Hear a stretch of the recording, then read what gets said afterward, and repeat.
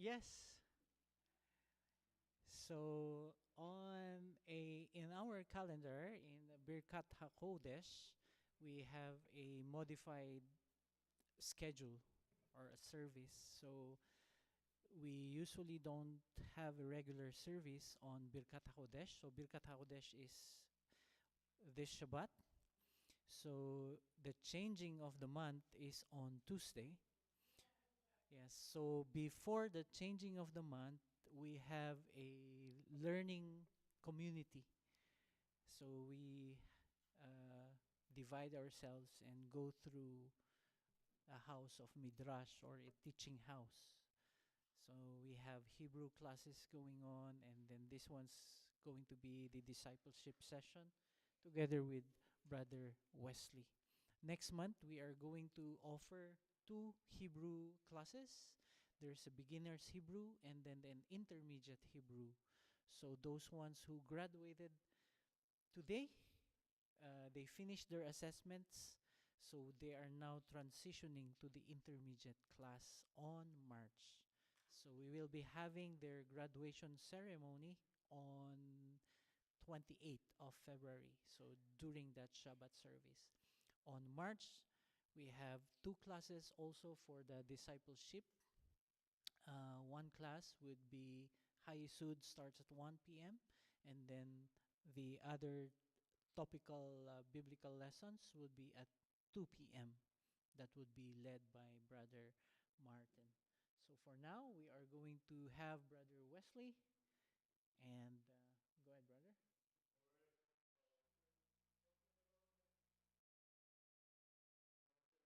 Can you hear me okay? So today you can see we're still going through Hayesod. Last time was about what the word teaching, that Torah means teaching and instruction. But today I'm going to talk a little bit more of what we mean when we use the word Torah. So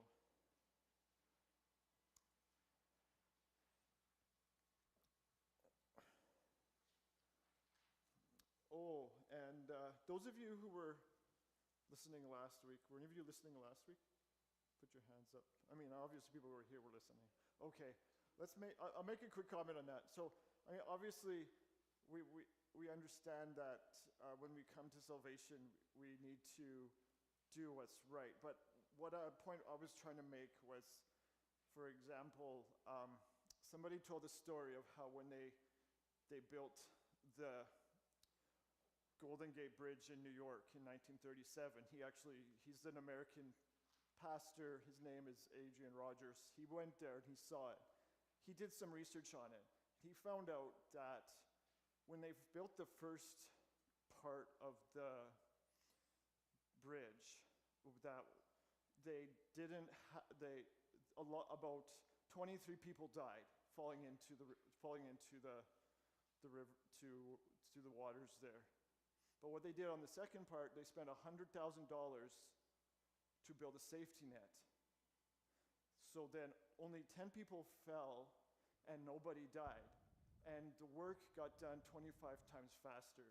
So what I'm saying is, even ourselves, I know none of us here would say that we're trying to earn or keep our salvation. The reason we do it is because the reason that we are saved, therefore, how I see it is that we're able, our nature wants us to now keep his ways, not because we're trying to be like, oh, what if I do something wrong? You know, we know people. I met somebody recently named Joseph. He used to go to one of the Messianic congregations in Calgary as an elder, and he can't anymore, okay? So none of us would be like, oh, he's not doing like he used to, so therefore his salvation is lost. We have our salvation regardless of what we do, but because of who we are when we come to salvation, it is our nature to do the right thing. So same with the bridge. They knew there was a safety net, so they worked faster and harder because they didn't have to worry about what if I fall into the water. I'm not going to fall in the water. I might get hurt if I fall on the net, but at least I'm not going to die. So that's all I wanted to say about that. Let's keep going. So today, I'm going to answer some different questions. You'll notice in the background, there's still, if you can see it a little bit, there's an arrow there, and there's like somebody who's done archery. We're trying to hit the right target. I'm going to talk a little bit more about what that looks like. And notice that each one of you, where's Garrett? Garrett's hiding. Can't hide today, Garrett. You can sleep, but you can't hide. You have to sleep in here where I can see you.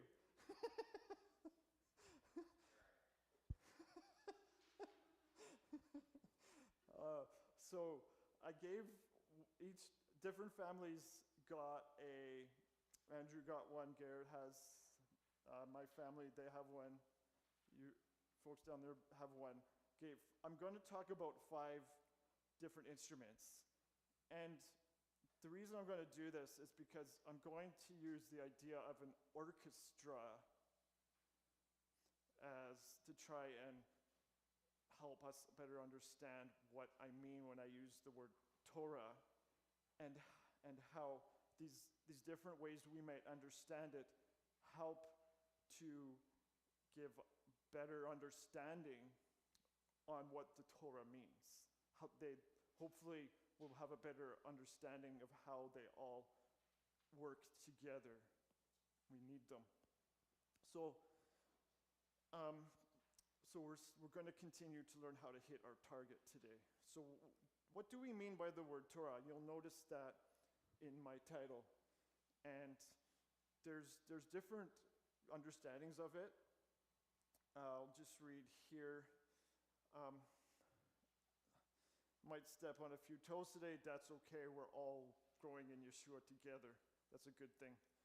We should be able to do that with each other, and not feel that we're doing, you're being harmed or something. We're learning and growing. So sometimes we need to do these things. So for some of my listeners most of us I know have grown up more Christian. Others who might be listening might be more Jewish. So each of us will have a little bit of a different understanding on what Torah means. And in fact, those who came from a Jewish perspective will have, if we're honest, a better understanding, a certain degree of what Torah means as far as what it means to actually live it out. And how we are today learning how to more and more live that out. Now, clearly we know that even they need Yeshua if they're going to live forever, regardless of how long, how much they keep the Torah. They need to come to salvation like us too, or it won't give them salvation just because they're trying to do it. So my focus today is going to be not necessarily on what the rabbis mean when they talk about the word Torah. And I wrote here, I'm going to quote those of you who have the highest sod, who've gone through it. I'm going to quote what I believe this part was written by, was it Tim Haig, I believe? He wrote this part. And this is what it says here. Though I am well aware that there is more than one way to define what we mean by the word Torah, I will read to you what is found in the highest Sod teaching regarding some of the rabbis' understanding on the Torah. So that way you have a better understanding of, if you were to talk with them and other Jews who might go learn from a rabbi, how they would understand it. They would even understand it a little bit differently, depending on the context. So in rabbinic Jewish thinking, there are 2 Torahs, the written, which we're using in our scriptures, and the oral, which was passed down from generation to generation by literally, they would memorize it and pass it on. And they also believed that was given to Moses when he also got the 10 Commandments. That's what they say. So when the rabbis speak in these terms, they usually define the word Torah as the Chumash. So the Chumash is the Pentateuch, or the first 5 books of the Bible. We also call it Torah sometimes. This Torah was written by Moses as he received it from Elohim on Mount Sinai. On the other hand, the rabbis claim that the oral Torah was also received by Moses from Elohim on Mount Sinai and carries as much authority. However, this Torah was passed down through the centuries by word of mouth rather than the written word. Eventually, this oral material was written down beginning around the year 200 Common Era under the authority of Rabbi Yehuda Hanasi. Furthermore, many additions have been made to the oral Torah by virtue of the teaching found in Deuteronomy 17, verses 8 to 13, according to rabbinic interpretation. They are authoritative, having originated on Mount Sinai, according to them, okay? It's hard for us to prove how much of that was actually given to them because it's not written, so we have to go with what we know was written down. That's what we need to stick to. The capstone of the written oral Torah is the Talmud, which consists of the Mishnah of Rabbi Yehuda Hanasi and its authoritative commentary on the Gemara. And we can also add to that the Gematria, because that's where they take these, each letter has a number, and you try and figure out another meaning beyond what the words are telling you using numbers. We're not saying that it's fine to learn about it, but we don't want to make that equal to what the scriptures teach us, what the Torah of Moses teaches us that was written down. So there's much good and help to be gained from studying the rabbis. We hold that the oral Torah is not on the same level, and authority in our lives for followers of Messiah. In this study, we will use the Torah as referring to the first 5 books of Moses. Though my purpose here today is to expound a little more on how the Torah also includes the rest of the 66 books of the Bible that Elohim made sure we have today. Now, those of you who have done a little research, you will know that a lot of those who canonized the scriptures we have today didn't necessarily keep the Torah. So your question would be, well, then how can we know whether it's true? Because God himself, Elohim himself, made sure that what he wanted in there would be there. So he worked on the spirits of men in such a way that they could not dispute what we have in our 66 books today. It wasn't man coming up and man deciding, okay, this is what we want. It was, yes, Elohim uses man as he does today and always has, but through his spirit, made sure that it was there. Otherwise, there's a lot of books that we'd be like, well, it's short. What's the point? Why have this book here? Why have this book here? There's only a few verses in that one. Why does it matter? Right? A lot of us might have been like, well, it's not long enough. It should be longer. Come up with these different excuses for not having it in. And it's still there. So when we've studied the first 5 books of Scripture, are they all exactly the same? Those of you who have read through it, are they all exactly the same? The first 5 books? No, yeah, they're not. So essentially, we understand that the Bereshit is the beginning, Exodus talks about them leaving, Leviticus is generally more like the regulations, the rules, what the Pharisees are supposed to do, what they're supposed to learn to help the people understand the right thing to do. And then you have Numbers, which is the traveling, and Deuteronomy, which is essentially them before they go into the land, what they're supposed to do, what will happen if they disobey, what will happen for obedience.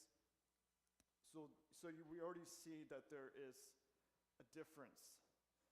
Now, does that mean that one's more important than the other one? No, that's right. Each of them needs to be there so we can have a better understanding of who God is. Now, I know there's some who kind of want to be like, there's the Yahuwah view and all this. Okay, if you want to take that understanding into there, that's fine. But make sure that you're not kind of being like, well, this is what I'm gonna take. This is more valid than that part because I think this is more important for whatever reason. We got to be careful not to do that. So now, not each of us is going to be playing. Okay, so the first one we're going to talk about today a little bit is the oboe. I want to see the oboe. Show the oboe. Okay, sorry, hope it's, yeah, okay, thank you. Next time, sorry, it's another one who is playing the trumpet. Who's the trumpet? Okay. The trumpet, or who has the trumpet? Okay, I want to hold the paper up. You have the trumpet. Okay, she must be, maybe it's, yeah, she must be out. Okay, let's keep going. The next one is, how about the string bass? Very good. Good job, Andrew. And how about the harp? Yes. Joachim is happy. She brought her harp. She got to be the harp. The next one is the triangle. Brother Garrett. Thank you, Brother Garrett. The triangle. That's very important too. The percussion is very important. So now there's this conductor, okay? And so each of us has, and I know there's a lot more instruments in an orchestra than just those. The reason I chose it was because it goes along well with the idea of the five, okay? That's why I chose five, not more. And so in fact, some of us will be playing different parts and different notes, depending on how the orchestration was written. And those of you, I mean, this goes for whether you're listening to, whether you prefer country music, some kind of rock or whatever, there's different instruments that are involved, and they're not always exactly playing the same note. Sometimes might be a little different, but it all helps us to understand better of what's going on and enjoy the music a little more. So other of us might even be playing in an orchestra. You might even be playing in a different octave. And so is this because we misread the notes and how it is written? Yes, if you haven't read music before, and you're still learning, yes, that could be. But in this case, because each of us is part of an orchestra, obviously we know enough of the basics to be able to play our instrument. So when we listen, it's amazing to hear. One time we took our girls to Calgary here, Philharmonic, and they got to look and play different instruments. One was a string bass, there was a violin, a few other instruments. And it was fun for them to learn and to be able to, the teachers were there and actually helped them be able to play them a little bit, and it was fun. And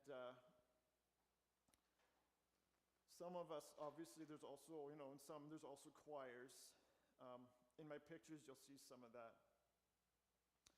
So when you get accustomed to noticing the different parts in music written for an orchestra, you're amazed to see how it all enhances what the composer intended. I prefer classical, so that's maybe another reason why I chose the orchestra over over something else. But when you really listen, and if you can write your own music, some people can, it's amazing to hear how they all work together, they all blend, they all give the sound of the orchestra a greater, enhance how it sounds, and you enjoy it more. So let's say I'm the conductor, okay? I'm not, but let's say I'm the conductor in this one. let's say one day I decide to come to visit you in your home. Now I've already been, right, we've already been practicing together, meeting, going over the song. So you hear the doorbell ring, open the door, and we exchange greetings before I come in for a visit. I happened to hear the music playing as I was walking up to the door. So I ask you about what it was that you were playing me. You tell me that you were playing in the orchestra here in Calgary. You explain that what you were practicing was your part of the music for the oboe section. Very good. We then go to your room where you keep the music, and I hear you play your beautiful section of the orchestration. I then return home and spend some time thinking about how wonderful it was to hear that section of the composition. So you're playing it on your own. There's, we're not all, not everyone's there together. So the second day, I'm out for a walk and happen to hear some more amazing music wafting out of this house. I go to ring the doorbell, and the person answers the door. We say hello, and you invite me in. Upon coming in, I cannot but immediately ask about the amazing sound I heard on my walk today. You then share with me how you're part of an orchestra playing a new composition in a nearby city. So you live somewhere else. You show me your trumpet. Very good. While practicing the part of the music written for the trumpet section. I have now heard another part of the composition, and I'm really impressed by this part as well. So now we're to Tuesday. On Tuesday, I'm walking my dog, and all of a sudden my husky, we like huskies. We don't have one, we don't have space. Maybe one day God will grant us the space to do so. And all of a sudden, the husky stops walking because it hears this beautiful sound coming from this house. So when I realize she stopped and I'm trying to figure out what happened, I notice the music myself. We go to the home, and I can tell that there's beautiful sounds coming from a string bass. Woo! It stops abruptly, and you are putting the instrument away when you hear the doorbell sound. You answer the door, we exchange pleasantries. Upon inviting me in, you happen to have a large-sized fenced backyard where we put my husky for a visit. You inform me that you are also busy practicing for the new orchestral composition to be performed this Shabbat. So say we're here today, and afterward one of us do some music on Shabbat. And so I'm also amazed by the part written for the string bass. My husky, while we're going home, is now trying to howl the beautiful sounds. And if you know wolves, right, that's where it comes from. So here, she's trying to sing it. And I'm listening and starting to become more impressed with how this composer put all of the parts together. Though I'm still a little confused on how it will all come together. Now remember, though we've been practicing, we haven't actually done the concert yet. So Wednesday is already upon us, and I'm invited to a relative for a visit. We are enjoying our time together when something happens and my relative has to leave quickly, telling me that the situation could last most of the day. When leaving, I hear someone practicing the triangle. At first, it does not seem worth my time to find out more, as the sounds seem mostly the same. However, because by this time I'm aware that there is a new orchestral music being performed in the city of Calgary, I decide to find out if this person is also part of the orchestra. When I arrive and the person answers the door after putting the triangle away, I'm invited in and asked if you're also part of those practicing the new orchestration. You show me the part written for the triangle, and I am really impressed by the detail in the part made for the triangle while you are practicing it. Afterwards, I hear how at first you were unimpressed with the part written for your part of the percussion section, but once you started practicing it and heard the detail involved in your part, it really impressed you. I left happy hearing a little of the percussion for triangle section. I can go on to the next questions there. Day 5 comes. I'm out for my run, and the husky is running alongside, or maybe the other way. Again, the husky stops. I wonder where my husky is, because I kept running and hear the sound of music. But actually, it's the husky howling, some music. So I go back to see where my husky is, and sure enough, I can hear the music too. So I go to the door, and I'm impressed with the sound coming from, and I could tell that it was a harp practicing in the upstairs of the condo. It was doing her best to howl the tones. I ring the doorbell, and a few seconds later, the music is finished, and you open the door. We say hi, and the first thing I mention,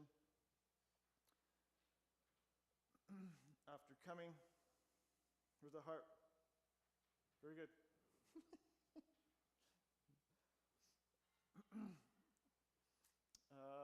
After coming inside and finding a place for the husky behind the door at the condo for the husky to sit guarding the house. I ask if you're okay with playing that beautiful string for harp section for me again. I tell the husky to be quiet while you're practicing your part of the orchestration. I sit in the living room while you are in your music room playing it, and struck with greater awe in the writer's ability to incorporate the harp section with the rest of the string section. I go to my home that night dreaming of how all these sections are going to enhance the sound of the music. Soon Friday goes by, and I am enjoying a wonderful Shabbat dinner with my family. After work, I'm also excited to hear how this new piece of music that is going to be played by wonderfully gifted musical volunteers. Okay, I'm using that on purpose because I'm trying to incorporate this to Torah today.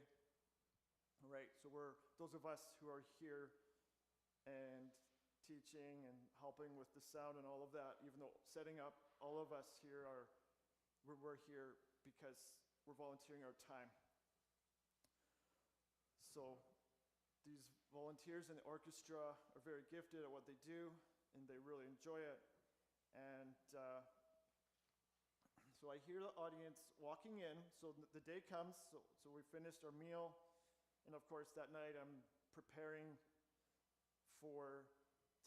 to lead this new piece of orchestration that has been written. And so far what I've heard, it seems much better than I expected. The seventh day comes. I arrive early to finish my preparation before the concert is about to begin. While quietly rehearsing in my mind how I'm going to conduct this new orchestral piece, I hear the audience walking in talking about different sections of the orchestra and saying, all I need is this section of the orchestra. Another one says, I think the stringed instruments is all that needs to be here. So if you kind of notice there, I don't know how well you can see it, but you'll notice that in the first one, all the orchestra was there. We have the different parts. So go to the next one. Here we just have the string section, okay? So there's some people who just, all we need is the string part. And another says the best part is the wind section. I think go to the next one. I think is the wind. There we go. It's supposed to be the wind section. I know we have a choir up there, but that's the best I could do for just the wind section. Anyway, you get the idea. So finally one says, well, I only want the conductor here to lead with his baton. Of course, everybody will start laughing, because if the conductor's there, are you going to hear anything? You're just going to hear tap, tap, tap, and you're going to watch some guy standing there by himself. Oh, that's the orchestra today. Oh, okay. Oh, nice. Okay, so finally one says, and there's uproarious laughter outside my door, and people finally come down and go into the concert hall, showing respect to all who are supportive of each section that is performing. The conductor comes in after the sections are all sitting down and are turned. Should actually be A. Yeah. He then introduces a new composition called the Torah. Okay, the composition's called Torah. He begins with the wind instruments, then comes to the stringed section. As he's conducting, you hear certain areas of sections stop playing, and then they are ready to come back in at their proper time. And so they are always watching him, okay? In our case, we are trying to watch him. We're trying to follow what he does. Yes, we are here on Torah because he told us to be here, but we're still in the rest of our lives trying to follow him as best we can outside of here, because this is just what we're doing today is just as important today as it is the beginning starting Sunday. Okay? It's so we're here to encourage each other. So they come back into the proper time, and they're always watching him, so they'll be ready for the cue. Yes, they have practiced it often and can come in when the music says to. So,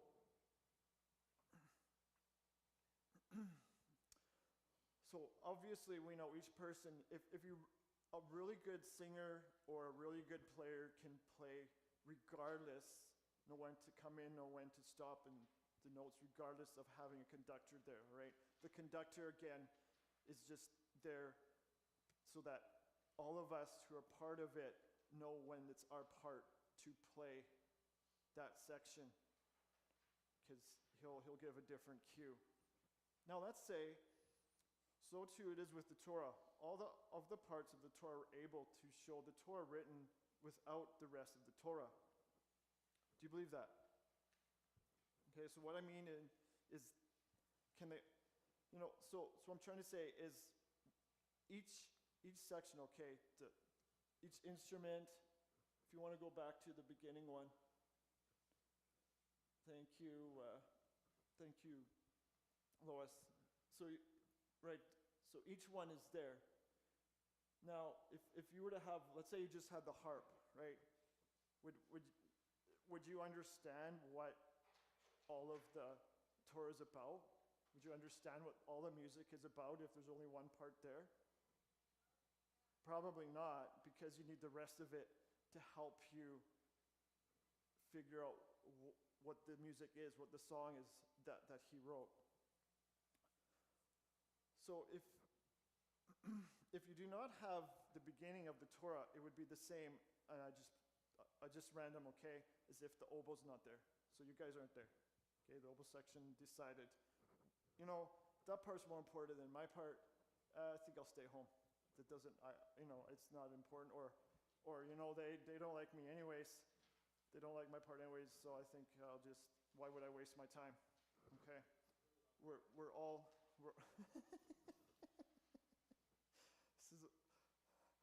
in this together. And the next one obviously would be, okay, so then the next book is Exodus, all right?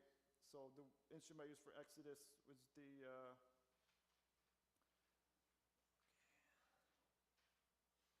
does not show up. It would be as if, let's say the Exodus is the trumpet. I guess it kind of works because, that's where God is sending us out. He's calling us out, and, with his loud voice, and he's also in Exodus is when he gives us the 10 words, all right? So the trumpet section decides, well, I'm not important enough today. I think I'll stay home, okay? And Leviticus and so on. Leviticus would be the string bass, so Leviticus doesn't show up today because string bass isn't important today. And Deuteronomy, Garrett, you can go home, sleep today. The triangle's not important today. Of course, we have the book of Numbers, all right? So it should be let's say the harp. And so then let's say you walked in, all right? The conductor, the person in charge has this beautiful music written. Now, one of the sections doesn't show up.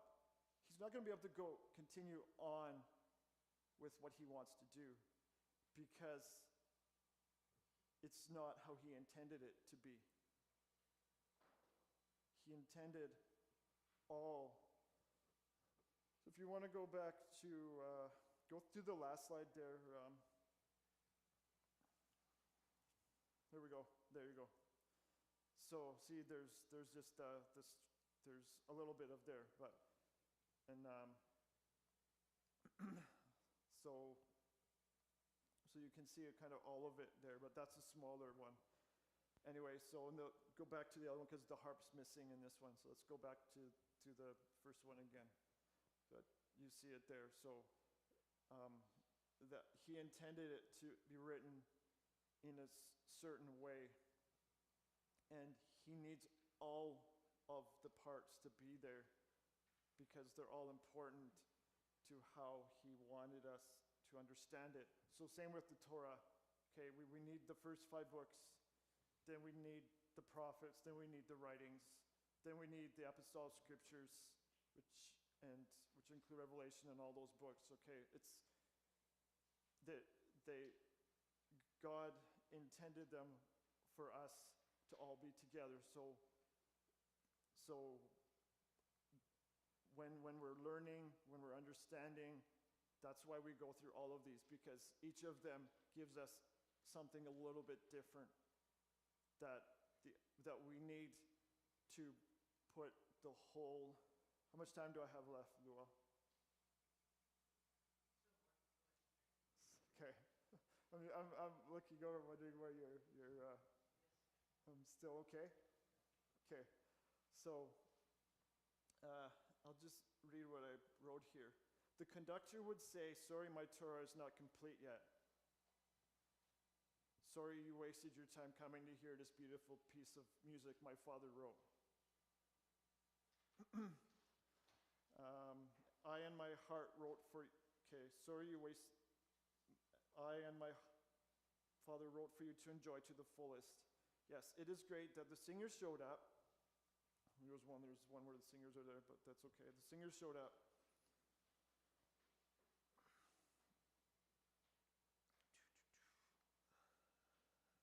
And the few of the other sections came as expected. It was written by us together, and because some decided they knew better than the music than I did, cannot be performed as I wanted it to. When the composition was completed, what makes it that much more difficult is that all the sections would come together and we would practice our parts together before. I would teach and instruct each of them individually for hours, reminding them that each section is important to the whole. Why did they decide that their part was not important and that those singing the Torah only? Okay, so essentially the one speaking to you now is the most important part, the rest don't matter. No, that's not true. My point is this: each section of the scriptures is important to all of the Torah. If we try to say that this part is the Torah and the rest is only commentary, or this part makes up the Torah and that part that you believe over there is not as important as my part, we need all of it together to understand how Elohim, Yeshua, intended it to be, or we will miss some very important teachings and instructions on how it is all relevant for us today. This includes the first 5 books, the prophets, the writings, the apostolic scriptures that were written later. Elohim also made sure that they were part of all of the scriptures, and as all of scripture teach and instruct us on how to live, who are we to say that really that part maybe isn't as important? Or maybe it was allowed in by mistake, coming from our loving Creator and Savior who intended us to have all of it and shows us how it is all important to the work that Elohim will complete one day in all of us. So those of you who, I know some of us, right, like some might say, well, it's just the 10 Commandments, that's good enough. Okay, that's important, we need that, because otherwise we wouldn't know, have better understanding of how we're supposed to treat each other, treat God, and how God wants us to treat each other. Plus, we need the rest to understand how when Yeshua came, why he didn't have to tell them, keep Shabbat, keep the feasts, eat according to Scripture. They were already doing it.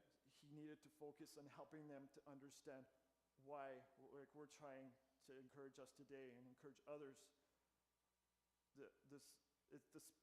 When he came to set us free so we can understand and to be able to, because he saved us, to better understand now why we keep the Torah.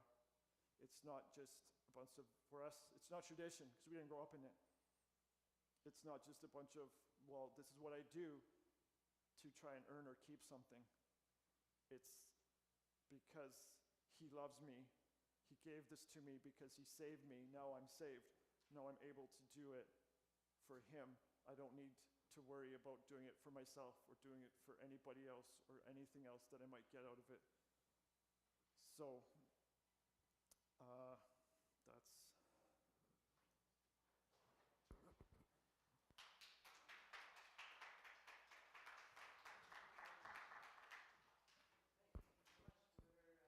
Wesley. So, any do we have any comments? Basically, Brother Wesley is teaching that all of the Torah, or in a way, looking at it, that thus the 66 books are all unified in one. You have a question, Joachima? Go ahead.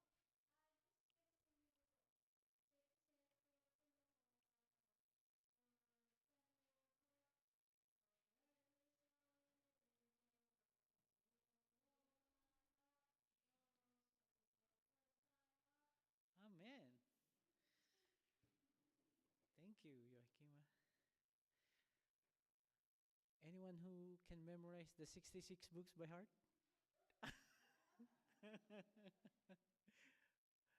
Okay, Joachima. Oh, go ahead, Brother Wesley.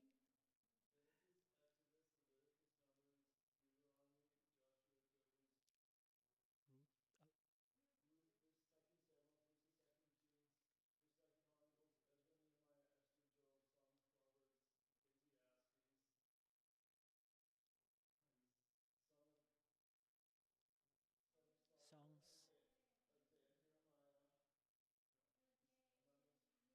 Wait, wait.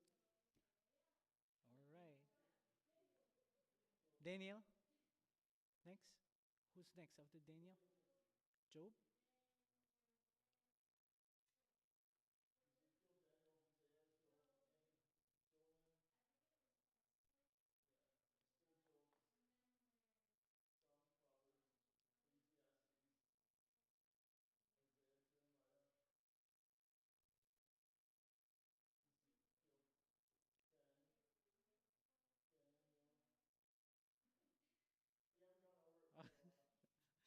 All right. So, another point in there is like from Genesis to Revelation, it brings us all together in a unified understanding of the Torah or the teachings. So, not one part is more special than the other.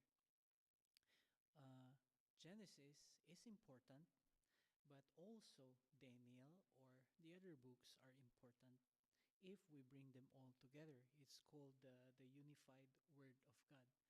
So now in here too, we know for a certain that the common understanding that the Old Testament is already obsolete, that the New Testament is more special, or for believers right now, it's more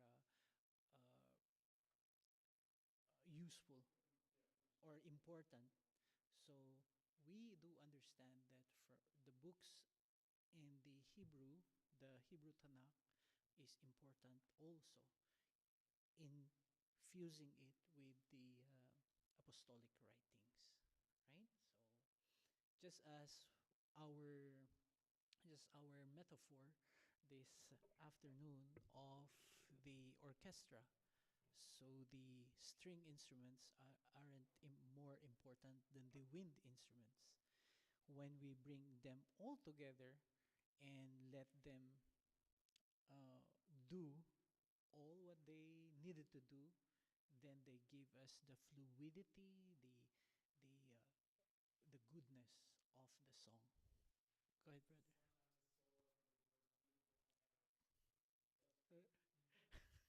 Right. I think the solo is also incorporated in the in the in the orchestra, right? In the picture. So now when we read Genesis at first, so we are looking at it in a solo moment. Genesis can at the same time be important, but in that case, it also gives us the whole story. Now we jump to Exodus. It could stand alone. It also gives the whole story, the message of the whole, the good news of the Torah. However, when also within these solos, when we bring them together, they would be more profound. They would give the story a bigger impact when we bring it all together. In a way, also, in the community, when Brother Wesley was saying that each one of us is important because we do uh, special things that you or each of us can only do in the community. So whether you come from Drumheller, whether you come from Tomahawk, Alberta, whether you come from the northeast of Calgary, we have all our special abilities, we have all our special uniqueness that when we bring it all together in the community, we sing a better song than being alone. Amen. Okay. Any more comments in our lesson for today?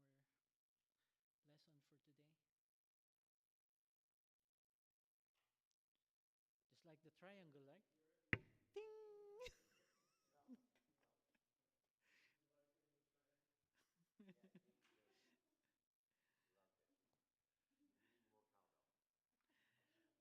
Ding ding. All right. So if we do not have any more comments, we are very thankful that our brothers, the Savant family, has come with us today. I was just explaining to them that today is Rosh Chodesh, so it's more of a modified service. It's a learning community for us, and then a prayer time too. So at the end of our time having this discipleship course with Brother Wesley, we are now going to proceed with the prayer time together. So we are going to divide from the women to the men, and the men at this area, and the women at those in women and children on that area. So we are going to pray together and give our prayer requests. All right. So we are going to invite all the men to come over here and women on that side.